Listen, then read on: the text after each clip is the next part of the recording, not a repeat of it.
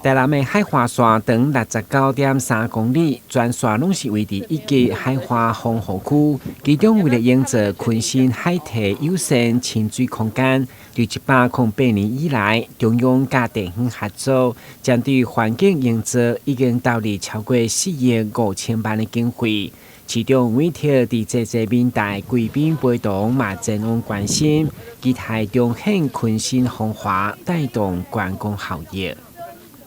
那不仅是把这个国土守护下来，也这个营造了一个亲民，而且让民众可以接近水域看看这个夕阳，或者说来这边休闲游憩的一个好的地方。那将来呢，我们可能还要再加一些软体，所谓的软体就比如说，如果民众